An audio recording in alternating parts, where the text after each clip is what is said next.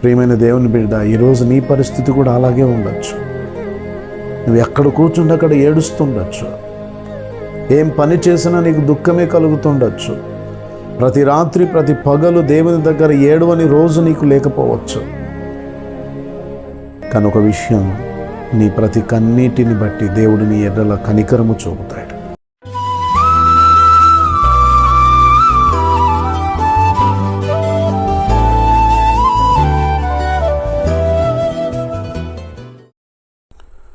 Praise the lord. దేవుని ఘనమైన నామమునకు స్తుతి కలుగునుగాక. మరొకసారి ప్రశస్తమైన సమయంలో దేవుని వాక్యాన్ని మీదటికి తీసుకొని రావడానికి నా ప్రభువు నాకు చూపిన కృపను బట్టి నేను ప్రభువును ఘనపరుస్తూ మీకు కూడా క్రీస్తు యేసు కృపను బట్టి మీకు శుభములు తెలపడానికి నేను సంతోషిస్తుంటున్నాను. దేవుని వాక్యమును మనం ధ్యానించుదాం సమయమును పోనీయకుండా. కీర్తనలు 6 నుండి మనము కొన్ని విషయాలు మనం ధ్యానం చేద్దాం. 6వ కీర్తనలో నుండి కొన్ని అద్భుతమైన విషయాలు మనం నేర్చుకునే ప్రయత్నం చేద్దాం. 6వ కీర్తన 1వ వచనంలో, యెహోవా నీ కోపము చేత నన్ను గద్దింపకము, నీ ఉగ్రతతో నన్ను శిక్షింపకమని మరి దావీదు దేవునితో మాట్లాడుతున్న మాటలు మనం చూస్తున్నాం.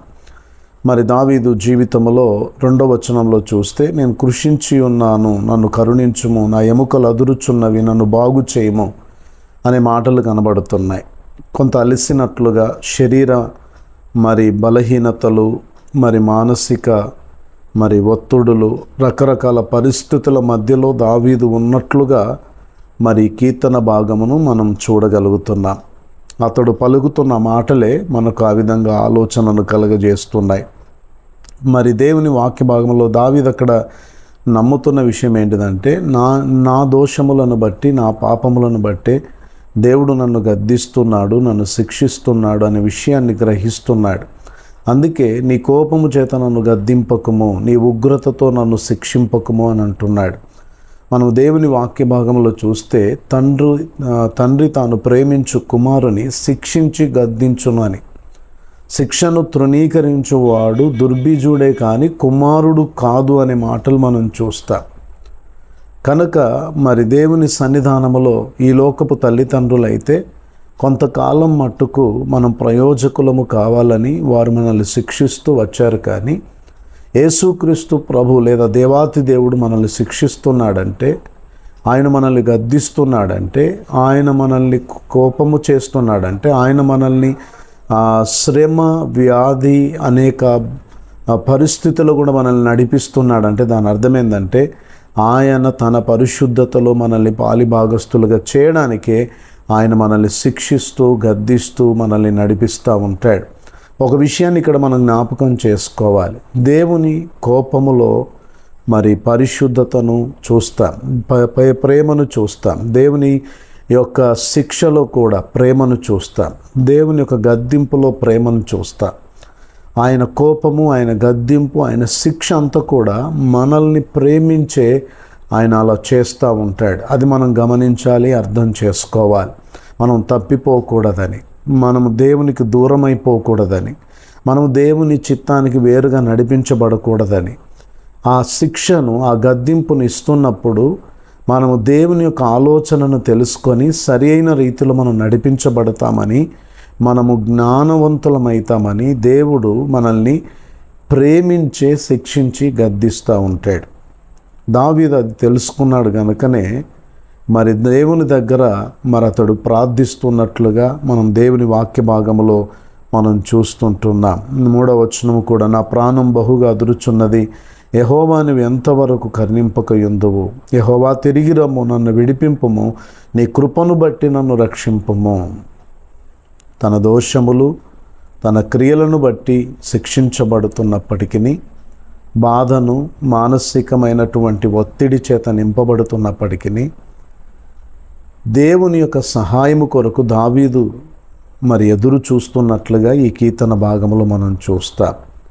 మరి ఎంతవరకు కరుణింపకయుందువు అనే మాటలో మరి దావీదు దేవుని యొక్క సహాయం పొందడానికి చాలా సమయం పట్టిందనేది కూడా మనకు అర్థం అవుతుంది. ఇక్కడ ఇంకొక విషయం మనం గమనించాలి. దేవుని చేత మనము గద్దించబడి, శిక్షించబడి, మనము మన విశ్వాసమును కలిగి ఆ పరీక్షల గుండా మనం వెళ్తుంటున్నప్పుడు కొంచెం సహనముతో దేవుని సహాయము కొరకు మనము ఓపికతో కనిపెట్టుకొని ఉండాలి. ఎంతవరకు కరుణింపకయుందు అనే మాటలో దావీదు చాలా దీర్ఘకాలముగా దేవుని సహాయము కొరకు ఎదురు చూస్తూ వచ్చినట్లుగా మనకు తేటగా అర్థమైపోతూ ఉంది. అందుకే దావీదు ఏం చేస్తున్నాడు, అటువంటి సిచ్యువేషన్లో నీ కృపను బట్టి నన్ను రక్షించుమంటున్నాడు 4వ వచనంలో. నీ కృపను బట్టి అంటే ఈరోజు నీవు నేను మనందరం ఇక్కడ గుర్తించాల్సింది ఏంటిదంటే, దేవుడు మన దోషములను బట్టి శిక్షించిన, లేకపోతే మనల్ని ఒక అనుభవం నుండి ఇంకొక అనుభవంలోనికి నడిపించడానికి దేవుడు కొన్ని పరిస్థితులు గుండా తీసుకెళ్తున్నా, మనము దేవుని యొక్క కృప పొందునట్లు, దేవుని యొక్క సహాయం పొందునట్లు, దేవుని యొక్క అనుగ్రహం పొందునట్లు దేవుని కృప కొరకు మనం దేవుని దగ్గర వేడుకోవాలి. దేవా నీ కృపను బట్టి నన్ను జ్ఞాపకం చేసుకో. మరి ఎంతో దీనత్వముతో పశ్చాత్తాపముతో కన్నీటితో దేవుణ్ణి బ్రతిమిలాడుకుంటున్నాడే, అటువంటి విధానంలోనే మనం దేవుని దగ్గరికి రావాలి. అటువంటి విధానంలోనే దేవుని దగ్గరికి వచ్చినప్పుడు దేవుని యొక్క గొప్ప కనికరం మన జీవితాల్లో మనం చూస్తాం. ప్రియులారా, దయచేసి గమనించండి, ఆయన కనికరము మనం భరించజాలన్నటువంటి పరిస్థితుల్లోనికి మనల్ని తీసుకొని వెళ్ళనీయదు. ఆయన కృప ఉగ్రతా పాత్రులమైపోయి నశించిపోయేదాకా చూడదు. కనికరము మనం భరించజాలన్నంత పరిస్థితిలోనికి తీసుకొని వెళ్ళదు. ఆయన కృప మనం ఉగ్రతా పాత్రులమై నశించిపోయే వరకు చూడదు. అంటే దేవుడు కొన్నిసార్లు కఠినంగా శిక్షిస్తాడు, కానీ మరణానికైతే అప్పగించాడు. అది దేవుని కృప. ఆయన యొక్క గొప్ప కృపను బట్టే దేవుడు మనల్ని తప్పిస్తూ, కాపాడుతూ, మనల్ని బలపరుస్తూ, మనల్ని నడిపిస్తూ ఉంటాడు.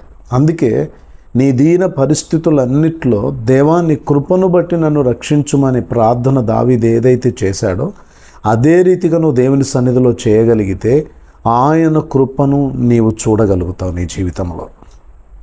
ఉదయమున నీ కృపచేత తృప్తిపరచుమని మోషే చేసిన ప్రార్థనలు ఎలా ఉందో, ఆది అపోస్తులు కూడా దైవ కృపకు అప్పగించుకొని దేవుని పనిలో ధైర్యంగా ఎలా ముందుకెళ్లారో, దేవుని కృపను మనం అడిగి పొందినప్పుడు ఆ కృపచేత బలపరచబడి మనము దైవికమైనటువంటి కార్యాల్లో మనం ముందుకెళ్ళడానికి దేవుడు సహాయం చేస్తాడు. మన వ్యాధి, బాధ, శ్రమ, కష్టములలో, మన ఇరుకు ఇబ్బందులలో ధైర్యముగా మనం దేవుని మీద ఆనుకోవడానికి మనల్ని బలపరిచేది, నిలబెట్టేది, స్థిరపరిచేది కూడా దేవుని కృపయే. అయోగ్యుల పట్ల దేవుని కనికరము. కృప అంటే ఏదో కాదండి. అంటే నీకు అర్హత లేదు, నీకు యోగ్యత లేదు, నీవు దేవుని పిలవడానికి కానీ దేవునికి సమీపంగా రావడానికి కానీ ఎటువంటి యోగ్యత లేదు. కానీ మనలో యోగ్యత లేదని దేవుడు మనల్ని విడిచిపెట్టట్లేదు. ఆయన మంచితనమును బట్టి ఆయన మనల్ని ప్రేమించి కాపాడాలని, రక్షించాలని, విమోచించాలని దేవుడు కూడా ఆయన ఎంతో మనల్ని ప్రేమించి మన వైపు చూస్తున్నాడు. కనుక నీ దీన స్థితులలో, నీ పరిస్థితులన్నిట్లో కృప కొరకు దేవుణ్ణి అడగడం అనేది చాలా మంచి అనుభవం.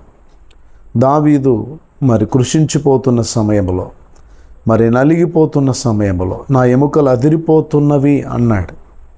అంటే ఒకవైపు శరీరములో, ఒకవైపు ఆత్మలో, ఒకవైపు మానసికంగా మరి ఎంతో నలుగుతున్నటువంటి పరిస్థితులు దావీదు కూడా ఎదుర్కొన్నాడు.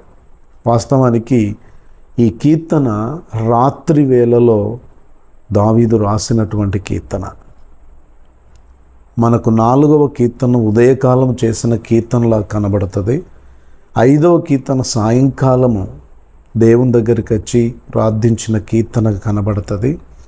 6వ కీర్తన రాత్రివేళ, అర్ధరాత్రి వేళ దేవుని దగ్గర కూర్చొని ప్రార్థించినట్టుగా మనకు కనబడుతుంది. మీరు దేవుని వాక్య భాగములో కనుక మీరు చూసినట్లయితే 6వ వచనములో, నేను మూలుగుచు అలసి ఉన్నాను, ప్రతి రాత్రి కన్నీరు విడుచుచు నా పరుపు తేలజేయుచున్నాను, నా కన్నీళ్ల చేత నా పడక కొట్టుకొని పోవచ్చున్నది అంటున్నాడు. ఇక్కడ గమనించి చూసినట్లయితే ఆయన రాత్రివేళ, అర్ధరాత్రి వేళ ఆయన తన పడకలో ఉన్నాడు, కానీ అతని కన్నీళ్ళు ఆగట్లేవు. ఎంత కన్నీళ్ళు దావీదు అతడు ఎంత కన్నీరు కారుస్తున్నాడంటే రాత్రివేళ అతన్ని కార్చిన కన్నీరును బట్టి తనకే ఆలోచన వస్తుంది, నా పరుపు తేలిపోతుందేమో. ఎంత దుఃఖము, ఎంత వేదన, ఎంత శోకముంటే దావీదు ఆ మాట పలికాలి. ఒకసారి ఆలోచించండి.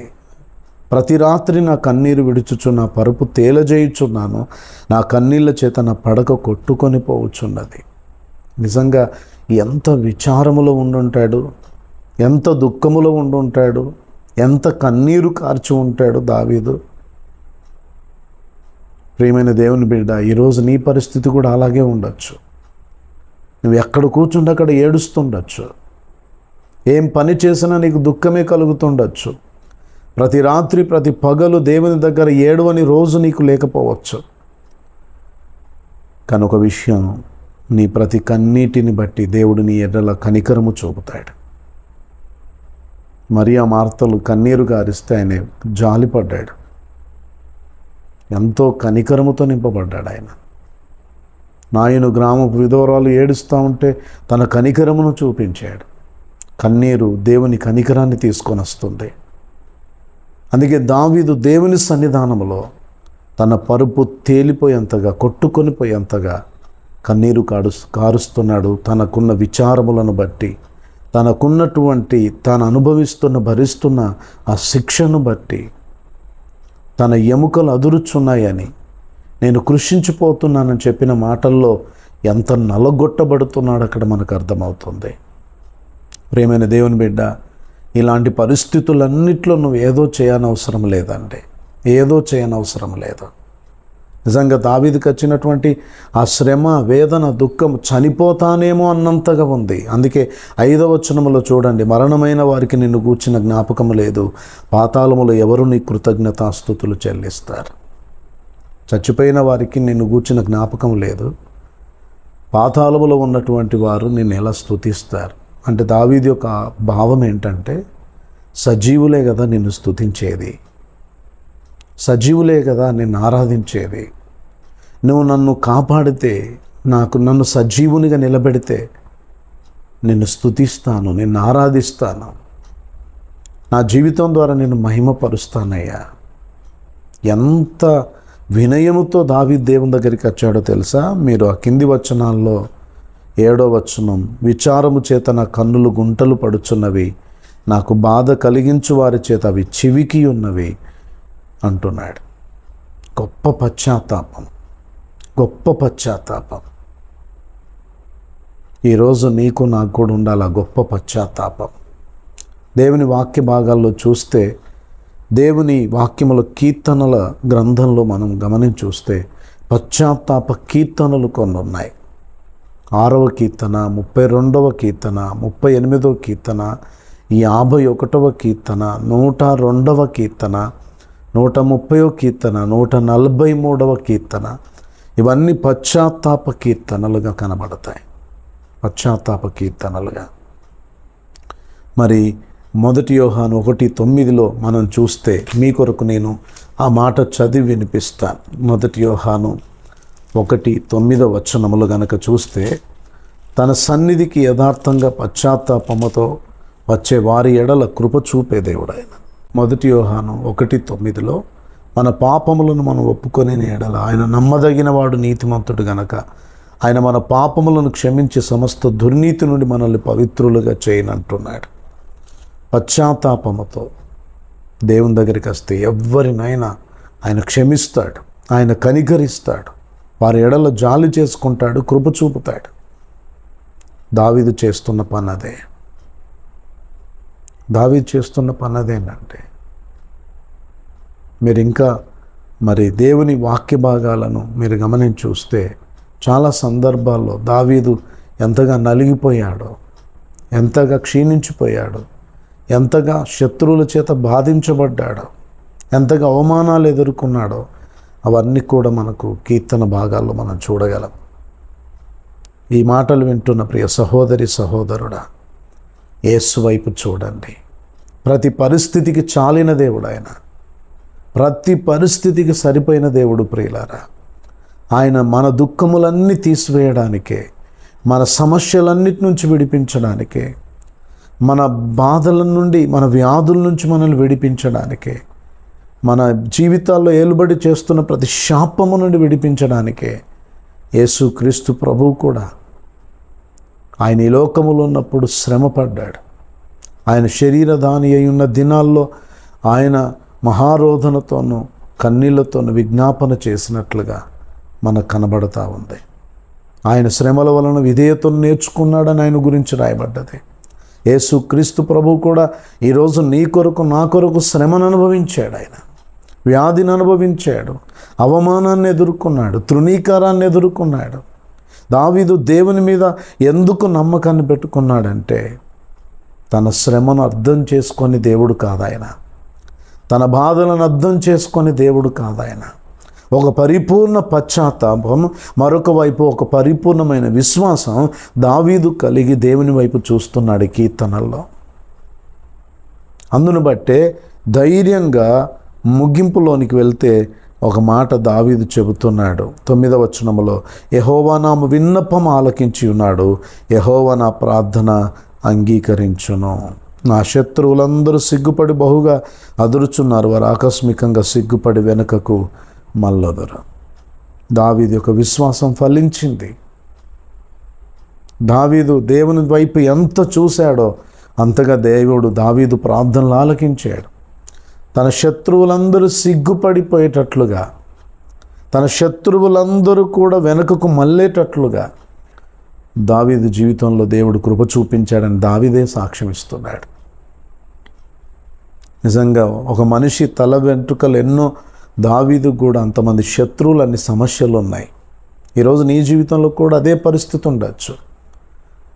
దావీదు వలె నువ్వు దేవుని వైపు చూసి ఆధారపడి ధైర్యము తెచ్చుకొని విశ్వాసముతో నువ్వు పరీక్షించుకుంటూ నీ పరిస్థితులన్నిటి మధ్యలో పశ్చాత్తాపముతో కన్నీటితో దేవుని దగ్గరికి రాగలిగితే దావీదు ప్రార్థనలు అంగీకరించిన దేవుడు నీ ప్రార్థనలు అంగీకరిస్తాడు, నీకు జవాబిస్తాడు.